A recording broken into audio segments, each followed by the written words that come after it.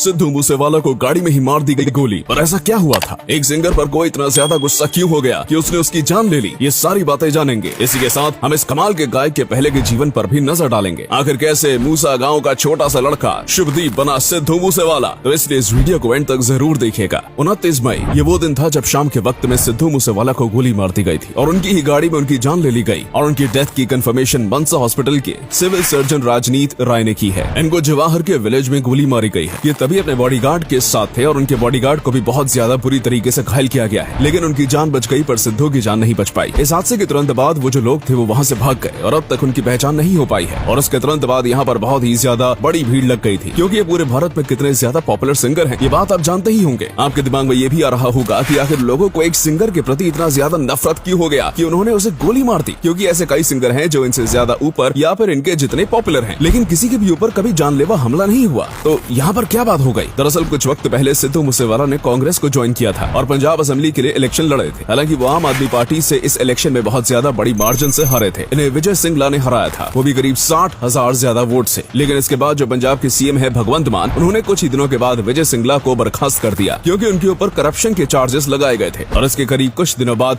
सिद्धू मूसेवाला ने एक गाना निकाला था जिसका नाम था स्केपगोट। और इस गाने में इन्होंने इनडायरेक्टली इसी सब मामले के बारे में बात की थी और आम आदमी पार्टी के सपोर्टर को इनडायरेक्टली गधा कहा गया था, जिसके बाद ये लोग बहुत ज्यादा गुस्सा हो गए थे और उनके बारे में सोशल मीडिया और कई जगह पर पोस्ट भी हो रहे थे। आपको पता होगा कई रैपर्स और सिंगर्स जो होते हैं उनकी ऐसी आदत होती है कि उनकी लाइफ में जो बातें चल रही होती हैं या फिर अगर उनको और किसी और के बीच कुछ झगड़ा हुआ है तो वो उसके बारे में अपने गाने में बताते हैं। इन्होंने भी कुछ वैसा ही किया था, लेकिन ये बात लोगों को बिल्कुल भी पसंद नहीं आई। इनके जो फैंस थे वो तो तब भी इन्हें सपोर्ट कर रहे थे, लेकिन जो आम आदमी पार्टी को सपोर्ट करते हैं वो इस बात से बहुत नाराज हुए थे। और फिलहाल तो पूरी कार्यवाही खत्म नहीं हुई है, लेकिन लोगों का इसी तरफ इशारा करना है कि कहीं न कहीं यही वजह होगी लोगों के अंदर उनके खिलाफ पैदा करने की। और इन्होंने अपने गाने के जरिए जो छोटी सी चिंगारी लगाई थी वो बहुत बड़ी आग बन गई और इनकी ही जान की कीमत ले बैठी। और अब आप देख रहे होंगे कि सोशल मीडिया से लेकर हर जगह पर इनकी बातें चल रही हैं, क्योंकि ये कई लोगों के दिल की धड़कन थे। लोगों को इनके पंजाबी सॉन्ग्स बहुत ज्यादा पसंद आते थे और एक प्रकार से कहा जाए तो इन्होंने ही पंजाबी सॉन्ग्स में रेवोल्यूशन लाया था। तो इस बात में भी कोई गलत बात नहीं होगी कि पंजाबी ओल्ड फोक म्यूजिक और आज के मॉडर्न रैप को एक साथ मिलाकर बेहद ही कमाल का गाना बनाते थे। और इसी के बाद से बाहर के लोग भी पंजाबी सॉन्ग्स को बहुत ज्यादा सुनने लगे, इसलिए इन्हें पंजाबी सॉन्ग्स इंडस्ट्री या फिर कहूँ इंडियन म्यूजिक इंडस्ट्री में बहुत ही बड़ा लेजेंड माना जाता था। लेकिन हमेशा से ऐसा नहीं था। इन्हें यहाँ तक पहुँचने के लिए बहुत ही ज्यादा स्ट्रगल करना पड़ा। इनका जन्म मानसा जिले के मूसा गाँव में हुआ था और यही कारण है कि इन्होंने अपने नाम में सिद्धू मूसेवाला रखा, वरना इनका असली नाम शुभदीप सिंह सिद्धू है। इन्हें बचपन से ही म्यूजिक का बहुत ज्यादा शौक हुआ करता था, तभी ये पुराने पंजाबी फोक म्यूजिक सुना करते थे। और इसके बाद इन्होंने मानसा जिले से ही अपनी एजुकेशन को पूरा किया। लेकिन इसके बाद जब इन्हें डिग्री चाहिए थी तो इन्होंने इंजीनियरिंग करने का सोचा और इलेक्ट्रिकल इंजीनियरिंग में डिग्री भी ली। ये अपने कॉलेज दिनों में बब्बू बान के गाने काफी ज्यादा सुना करते थे, इसकी वजह से इन्हें भी सिंगिंग करनी थी। लेकिन ये तभी सॉन्ग्स को लिखते नहीं थे, इसलिए इन्होंने सॉन्ग राइटर से बात की। लेकिन तभी के जो बड़े बड़े सॉन्ग राइटर्स थे उनकी प्राइस इतनी ज्यादा थी कि सिद्धू मूसेवाला अफोर्ड नहीं कर सकते थे। इसके बाद इन्हें एक बहुत ही ज्यादा अच्छा सॉन्ग राइटर मिला था जो कि इनके साथ कम पैसों में भी काम करने के लिए तैयार था। लेकिन उसने इन्हें यहाँ से वहाँ भगाया, कभी यहाँ पर बुलाता तो कभी वहाँ पर, यहाँ तक कि उसने कई बार इन्हें अपने घर पर भी बुलाया है और उसके बाद वहाँ से इन्हें वापस भेज दिया। और इस बात से तंग होकर इन्होंने तय किया कि ये अपने खुद के सॉन्ग्स लिखेंगे और ये भी तय किया कि ये कभी भी किसी और के द्वारा लिखे गए सॉन्ग्स को नहीं गाने वाले हैं। इसके बाद इन्होंने सॉन्ग लिखना शुरू किया और देखा कि ये असलियत में सॉन्ग्स लिखने में बहुत माहिर हैं और इन्होंने अपने अंदर के असली हुनर को पहचाना। इसके बाद निंजा नाम के एक सिंगर हैं जिन्होंने इनके गाने को लाइसेंस किया और वहीं से ही इन्हें पहली बार बड़ा एक्सपोजर मिला था। इसी के साथ पंजाबी चैनल पर एक शो आया करता था जिसमें